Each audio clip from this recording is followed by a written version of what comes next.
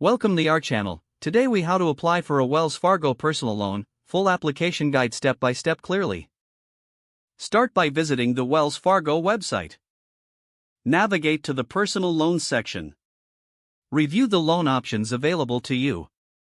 Choose the loan type that fits your financial needs. Click on Apply Now to start the application process. You will need to sign in to your Wells Fargo account or create a new one if you don't have an. Provide the necessary personal information, including your name, address, and social security number. Enter your employment information, including your employer's name, your job title, and your salary.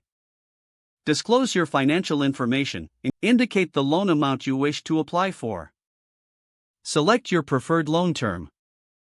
Review and confirm the loan details you've provided. Agree to the terms and conditions by checking the appropriate box. Submit your application for review. You will receive a decision regarding your loan application, usually within a few minutes. If approved, you will be guided through the next steps to finalize your loan. Keep an eye on your email for any additional documentation or information requests. Once approved, you can access your funds either via direct deposit or check. Remember to review the repayment terms and set a date for your first payment. Stay in contact with Wells Fargo for any questions or concerns about your personal loan. If the page does not load, refresh the browser or try again in a private or incognito window.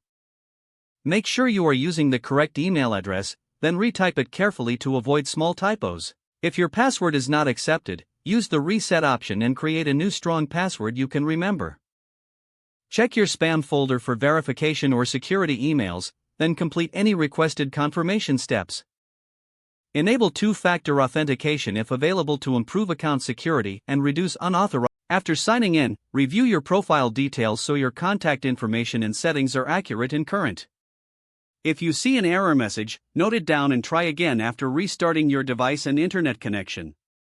Log out when you finish, especially on shared devices, to keep your account and payment information secure. Don't forget to like this video and subscribe to our channel for more step-by-step tech guides.